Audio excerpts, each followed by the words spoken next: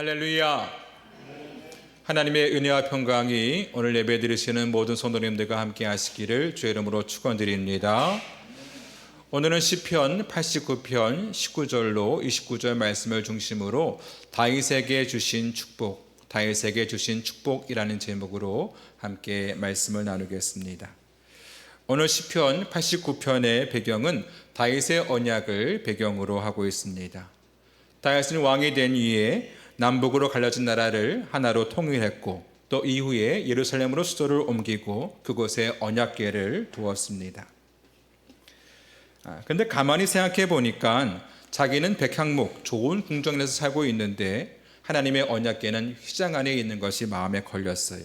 그래서 나단 선지자에게 자신이 성전을 지으면 어떻게 하느냐고 물었습니다. 그때 하나님께서는 다윗에게 성전 짓는 것을 허락하지 않으셨지만 그 마음을 기쁘게 받으셨습니다. 그래서 그의 아들 솔로몬에게 성전 짓는 것을 허락하셨고요. 다윗과 아주 중요한 언약을 맺으십니다. 하나님께서 말씀하시기를 내가 너를 목장 곧 양을 따르는 데에서 데려다가 내 백성 이스라엘의 주권자로 삼고 내가 가는 모든 곳에서 내가 너와 함께 있어 내 모든 원수를 내 앞에서 멸하였은즉 땅에서 위대한 자들의 이름같이 내 이름을 위대하게 만들어 주리라. 여호와가 너를 위하여 집을 짓고 내 수완이 차서 내 조상들과 함께 누울 때에 내가 네 몸에서 날 네 씨를 네 뒤에 세워 그의 나라를 견고하게 하리라 하셨습니다. 이스라엘의 왕위가 다윗에게서 끊어지는 것이 아니라 그의 대를 이어서 영원히 견고하게 될 것이라고 약속하셨습니다. 이것을 다윗의 언약, 또 영원히 변치 않는 소금 언약이라고 이야기합니다. 다윗은 참으로 하나님의 특별한 보호하심을 받은 사람이었는데요. 하나님께서 이 다윗을 뭐라고 부르셨냐 하면 내가 내 종 다윗을 찾아내었다. 하나님께서 이 다윗을 나의 종이라고 부르셨어요. 여기 내 종이라는 말은 원어로 아브디라고 해서 나를 섬기는 자라는 뜻입니다. 하나님께서 이 다윗을 얼마나 신뢰했기에 그는 나를 섬기는 자다 하고 말씀하셨겠습니까? 하나님께서 보실 때에 가장 믿고 신뢰할 만한 사람이 이 다윗이었던 것입니다. 여러분, 그 옛날 다윗이 하나님께 선택을 받은 것처럼 오늘날 우리 모든 성도들은 하나님의 선택을 받은 사람들입니다. 다윗이 받은 축복이 곧 오늘 우리 성도들이 받게 될 축복을 의미하는 것입니다. 그럼 하나님의 종 다윗은 어떠한 축복을 받았을까요? 첫 번째로 찾아내심의 축복을 받았습니다. 따라해 볼까요? 찾아내심의 축복을 받았다. 자, 오늘 말씀 20절에 보면 내가 내 종 다윗을 찾아냈다 하고 말씀하고 있죠. 여기 찾아내다라는 말은 원어로 마차티라고 해서 선택하다, 또 지명하여 부르다 이런 뜻을 갖고 있습니다. 하나님께서는 당신의 주권적인 섭리로 다윗을 선택하셨습니다. 선택한다는 것은 많은 것들 중에서 고르고 뽑는 것을 의미하죠. 사무엘이 다윗을 선택할 때에 어떻게 했습니까? 사람들이 자기의 소견대로 옳은 대로 행하던 이 사사시대에 율법을 잘 지키던 가문이 있었어요. 바로 보아스의 가문이죠. 이 보아스의 가문을 선택하셔서 그 중에서도 이새의 가정을 택하셨고요. 또 이새에게 8명의 아들이 있었는데 그들 중에서도 밖에서 양을 치고 있는 막내 아들 다윗을 불러다가 기름을 부었습니다. 여러분, 다윗의 형들이 얼마나 훌륭했습니까? 사무엘이 첫 아들을 보자마자 저 사람이 바로 기름 부을 자구나 하고 기름을 부으려고 했을 만큼 아주 훌륭한 아들들이 많았습니다. 하지만 하나님께서는 그 많은 사람들 중에서 이 다윗을 선택하셨어요. 다윗이 하나님께 선택을 받았다는 것은 그가 하나님의 특별한 사랑을 받았다는 것을 의미합니다. 이런 마찬가지로 오늘날 수많은 사람 가운데서 하나님께서는 우리를 택하셔서 하나님의 자녀로 삼아주시고 우리를 거룩한 성도로 불러주셨습니다. 여러분, 우리가 다른 사람보다 더 나은 것이 있었습니까? 우리가 다른 사람보다 더 잘생기고 예뻤습니까? 더 똑똑하고 지혜가 많았습니까? 아니면 돈이 더 많았습니까? 아무것도 볼 것이 없었지만 하나님께서는 우리를 선택하셔서 하나님의 자녀 삼아주셨습니다. 다윗을 왕으로 삼아주셨듯이 우리를 성도로 또 왕같은 제사장으로 세워주신 것입니다. 따라서 우리는 하나님의 특별한 사랑을 받았다는 것을 기억하시고 구원의 감격을 늘 감사하며 살아야 할 줄로 믿습니다. 그럼 과연 하나님께서는 어떠한 기준으로 그의 자녀를 선택하실까요? 우리가 알아야 할 것은 하나님의 기준과 사람의 기준이 같지 않다는 것입니다. 신명기에 보면 하나님께서 이스라엘 백성들을 선택하신 이유에 대해서 말씀하고 있는데요. 신명기 7장에 여호와께서 너희를 기뻐하시고 너희를 택하심은 너희가 다른 민족보다 수요가 많기 때문이 아니니라. 너희는 오히려 모든 민족 중에서 가장 적으니라 하셨습니다. 하나님께서 이스라엘 선택하신 이유는 그들의 수가 많기 때문이 아니었습니다. 오히려 적기 때문이라고 하시죠. 애굽에서 종살이 하던 그 연약한 그들을 택하셔서 당신의 능력을 나타내기 원하셨던 것입니다. 왕으로 선택되기 전에 다윗은 양을 치는 목동에 불과했습니다. 목동이 뭐 볼 것이 있겠습니까? 아무것도 볼 것이 없었어요. 하나님은 외적인 스펙, 조건을 보지 않았습니다. 하나님께서 말씀하시기를 내가 보는 것은 사람과 같지 아니하니 사람은 외모를 보거니와 나 여호와는 중심을 보느니라 하셨습니다. 여러분, 우리도 마찬가지인데요. 하나님께서는 우리의 외모나 조건을 보지 않으십니다. 우리의 중심을 보십니다. 따라서 내가 다른 사람과 비교해서 좀 부족한 면이 있다 할지라도 절대로 위축될 필요가 없습니다. 다른 사람보다 지혜가 부족하다 할지라도, 또 남들보다 외모가 좀 부족하다 할지라도, 남들보다 가진 소유가 좀 적다 할지라도 하나님께서 보시는 것은 우리의 조건이나 외모를 보는 것이 아니라 우리의 중심을 보시는 것입니다. 따라서 우리는 하나님 앞에 우리의 중심을 더욱더 아름답게 갖고 가야 하고요. 또한 연약하고 부족함에도 불구하고 우리를 사랑하시고 선택해 주신 그 은혜에 감사해야 될 줄로 믿습니다. 우리나라를 봐도 그렇지 않습니까? 1950년대 우리나라가 어땠습니까? 오늘이 6.25 한국전쟁 73주년이 되는 날인데요. 6.25 전쟁이 끝나고 우리나라는요, 세계에서 가장 못 사는 나라 중에 하나였습니다. 필리핀에서 쌀을 지원받고 또 미국에서 지원을 받고요. 북한보다도 못 사는 나라가 우리나라였습니다. 하지만 하나님의 은혜로 같은 한반도이지만 북한은 사회주의 국가가 되었고 남한은 민주주의 국가가 됐습니다. 북한은 하나님을 부정하는 공산주의 나라가 되었고 남한은 자유롭게 신앙생활할 수 있는 나라가 되었습니다. 그 결과 남한은 세계 경제 10위 정도 되는 부강한 나라가 되었고요. 세계인들이 귀감으로 삼고 싶은 나라가 되었습니다. 여러분, 같은 한반도 안에서 남한은 먹을 것이 풍족해서 남아도는 나라가 되었고요. 북한은 영양식자로 사람들이 죽어가는 그러한 고통받는 나라가 되었습니다. 같은 땅덩어리 안에서 하나님께서 남한을 선택하시고 복을 내려주셨습니다. 우리는 이 하나님의 선택받은 것을 감사해야 될 줄로 믿습니다. 하지만 우리가 잊지 말아야 될 것은 우리가 뭐가 잘나서 우리가 하나님 앞에서 뭔가 잘한 것이 있어서 이런 선택을 받은 것이 아니라는 것입니다. 우리는 아무것도 내세울 것이 없지만, 자랑할 것이 없지만 하나님께서 선택하셔서 이러한 은혜 가운데 살고 있습니다. 여러분, 하나님께서 우리를 선택하신 그 은혜를 감사하며 하루하루 겸손하게 사시기를 바랍니다. 두 번째로 다윗이 받은 축복은 거룩한 기름을 부어 주셨습니다. 따라해 볼까요? 거룩한 기름을 부어 주셨다. 우리 오늘 말씀 20절 같이 읽어보겠습니다. 시작. 내가 내 종 다윗을 찾아내어 나의 거룩한 기름을 그에게 부었도다. 아멘. 자, 하나님께서 다윗에게 거룩한 기름을 부으셨는데요. 이 거룩한 기름이란 원어로 셰멘 코두시라고 해서 나의 거룩함의 기름으로 이란 뜻입니다. 구약시대는 왕이나 선지자나 제사장을 성별할 때에 이러한 거룩한 기름을 부었습니다. 이 기름은 그냥 일반적인 기름이 아니라 거룩한 기름이고 하나님께서 부어주시는 신령한 기름입니다. 이 기름 부음을 통해서 다윗은 하나님의 능력을 힘입게 됩니다. 다윗이 기름 부음을 받은 뒤에 제일 먼저 한 일은 악신이 든 이 사울에게 수금을 타주는 일이었습니다. 다시 수금을 연주할 때에 어떻게 됐습니까? 사울에게 임했던 그 악신이 떠나가게 됐습니다. 어떻게 그런 일이 일어났습니까? 다윗이 수금을 잘 타서 그렇게 된 것입니까? 아니죠. 성령을 기름 부음 받은 이후로 다윗이 하나님의 영에게 크게 감동되었다고 성령은 말씀하고 있습니다. 성령의 능력이 임했기에 다윗에게 능력이 나타나게 된 것입니다. 이후에 다윗은 거인 장수 골리앗을 만나서 그를 무찌르고 이스라엘의 위대한 영웅이 됩니다. 소년에 불과한 그가 어떻게 거인 장수 골리앗을 이길 수 있었겠습니까? 그가 성령의 충만함을 받았기 때문이죠.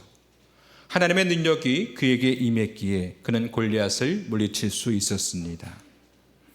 거룩한 기름 부음은 곧 거룩한 영, 성령의 기름 부음을 의미합니다. 성령이 임하시면 우리에게 하나님의 능력이 부어져서 우리가 이제까지 경험하지 못했던 신비한 일들을 감당할 수 있는 것입니다. 사도행전 1장 말씀에 오직 성령이 너희에게 임하시면 너희가 권능을 받고 예루살렘과 온 유대와 사마리아와 땅끝까지 이르러 내 증인이 되리라 하셨습니다. 우리에게 성령이 임하시면 우리가 권능을 받아서 능력 있게 주의를 감당할 수 있는 줄로 믿습니다. 그럼 왜 하나님께서는 그의 종들에게 성령을 할 때 저희 교회에 고3 학생 2명이 있었습니다. 이 아이들이 대학 시험에 합격하고 입학하기 전까지 금산군 기독교 청년 모임에 나가서 열심히 기도했습니다. 그 중에 한 아이가 막 찾아와서는 목사님 저 방언 받았어요 하면서 막 기뻐하는 거예요. 여러분 성도들이 성령의 충만함을 받으면 성령의 은사도 나타나고 능력도 나타납니다. 그러면 하나님께서 왜 이런 은사를 부어주시는지 그 이유를 잘 알아야 되는데요.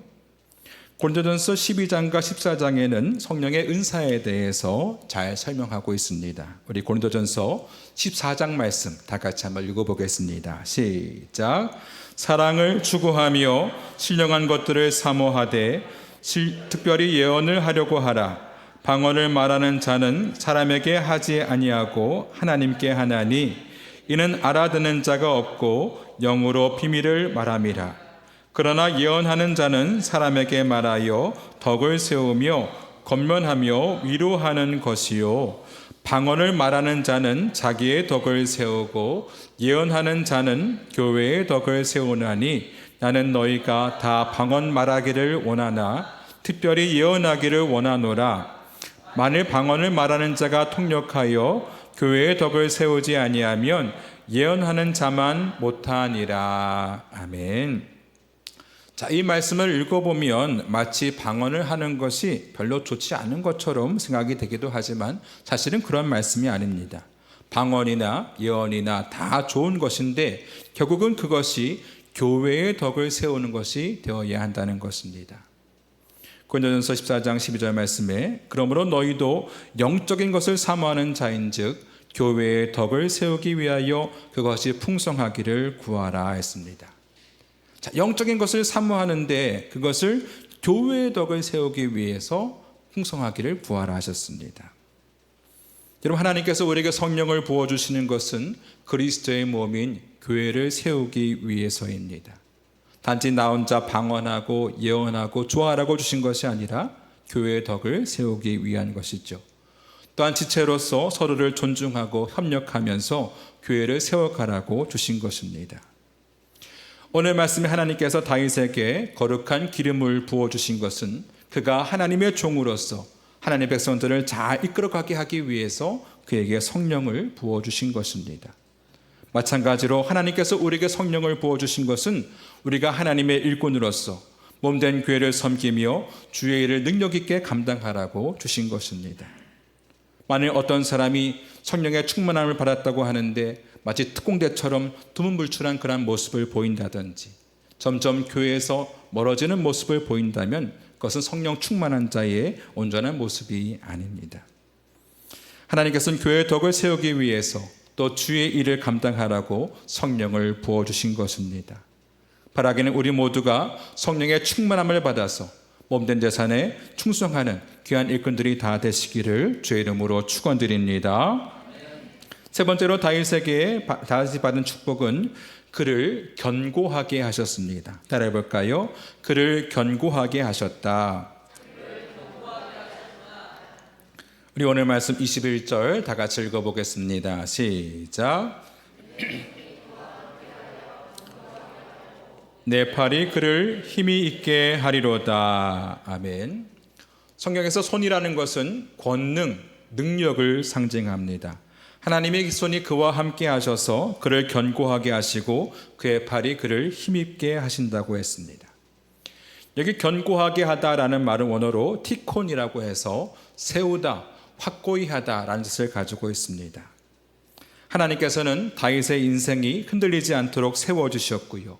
또 전능하신 팔로 언제나 다윗을 붙들어 주셨고요. 또 하나님의 불꽃 같은 눈동자로 다윗을 지켜 보호해 주셨습니다. 다윗이 얻은 그 모든 영광은 자신의 능력으로 세운 것이 아닙니다. 전능하신 하나님께서 그를 견고하게 붙들어 주셨기에 이러한 영광을 이룰 수 있었던 것입니다. 오늘날 우리 성도들도 마찬가지로 내 힘으로 서려고 하면 안 돼요. 전능하신 하나님께서 능력의 손으로 붙들어 주셔야 하는 것입니다. 내 힘으로 서려고 하면 인생의 거친 풍랑이 몰려올 때에 넘어지고 쓰러질 수밖에 없지만 우리가 전능하신 하나님을 의지하면 하나님의 손이 우리와 함께 하셔서 우리를 넘어지지 않도록 꼭 붙들어 주시는 것입니다. 다윗은 시편 18편에 고백하기를 나의 힘이신 여호와여 내가 주를 사랑하나이다. 여호와는 나의 반석이시요 나의 요새시요 나를 건지시는 이시요 나의 하나님이시요 내가 그 안에 피할 나의 바위시요 나의 방패시요 나의 구원의 뿌리시요 나의 산성이시로다 했습니다. 여러분, 다윗은 위대한 이스라엘의 위대한 왕이었지만 성경에서 다윗만큼 많은 위협을 경험한 사람도 없습니다. 다윗이 수금을 연주할 때에 사울은 3번씩이나 창을 던져서 다윗을 죽이려고 했어요. 근데 그때마다 다윗은 그 창을 다 피해냅니다. 여러분, 다윗이 민첩해서 그 창을 피한 것입니까? 아니죠. 다윗이 빨라서 피한 것이 아니에요. 하나님께서 그를 보호해 주신 것입니다. 하나님께서 그의 방패가 되어주신 것이죠. 또 한 번은 다윗이 엔게디에 있다는 소식을 듣고 사울이 3,000명의 군사를 데리고 가서 다윗을 잡으려고 합니다. 이제 다윗은 도간에 던지나 다름없죠. 그런데요, 사울이 3,000명을 수색하러 보내고 난 뒤에 자기는 혼자 굴에 쉬러 들어갔는데 그곳이 바로 다윗 일행이 숨어있던 장소였습니다.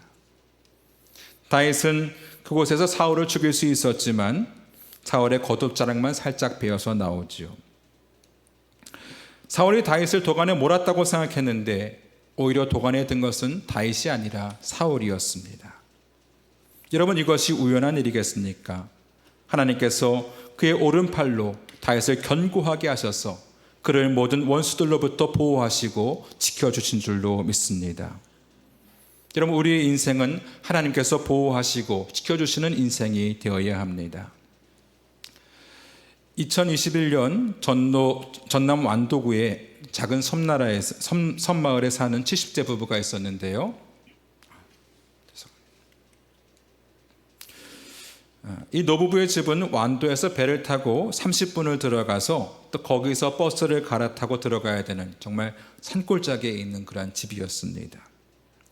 이들은 매일 뉴스에서 코로나 소식을 들었지만 그냥 그것은 TV에서 하는 얘기일 뿐이지 자신들과는 전혀 상관이 없었어요. 근데 이 부부가 병원 진료를 위해서 잠깐 서울에 들렀다가 식사 모임에 참석해서 그만 감염이 되고 말았습니다. 그래서 완도의 첫 번째 코로나 확진자가 되었는데요. 근데 그 중에 기저질환이 있었던 이 할머니가 결국 돌아가시게 됐습니다.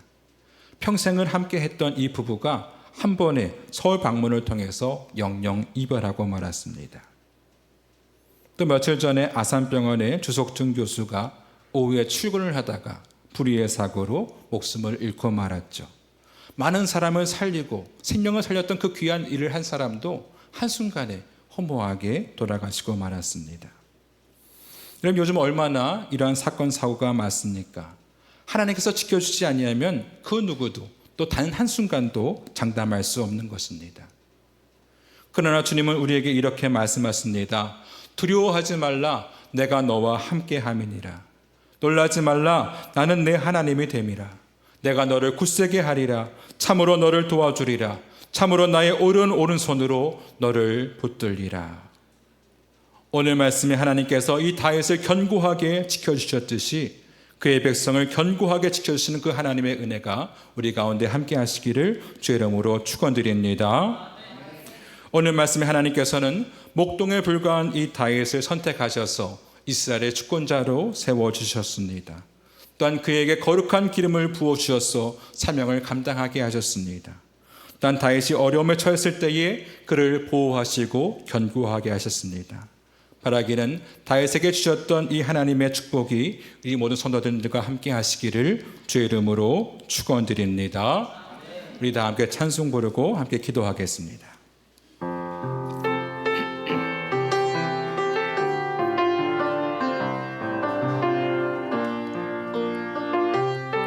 은혜 아니면 살아갈 수가 없네.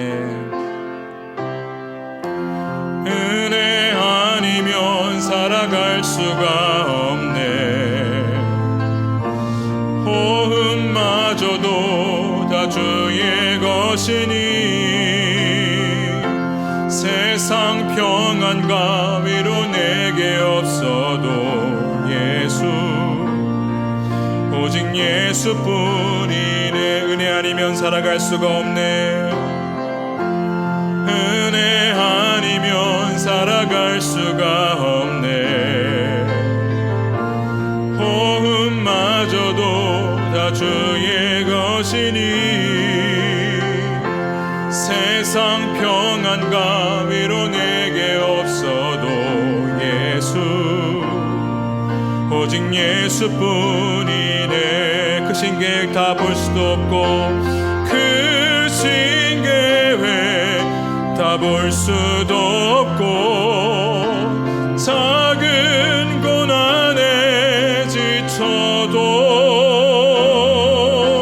주께 묶인 나의 모든 삶 버티고 견디게 하시네. 은혜 아니면 살아갈 수가 없네. 은혜 아니면 살아갈 수가 없네. 나의 모든 것 다 주께 맡기니 참된 평안과 위로 내게 주신 주 예수 오직 예수뿐이네. 그 신계획 다 볼 수도 없고 그 신계획 다 볼 수도 없고 작은 고난에 지쳐도 주께 묶인 나의 모든 삶 버티고 견디게 하시네. 은혜 아니면 살아갈 수가 없네. 은혜 아니면 살아갈 수가 나의 모든 것 다 주께 맡기니 나의 모든 것 다 주께 맡기니 참된 평안과 위로 내게 주신 주 예수 오직 예수뿐이네. 이 시간 다 함께 말씀을 생각하면서 통성으로 기도하겠는데요. 하나님의 은혜 없이는 우린 살아갈 수 없습니다.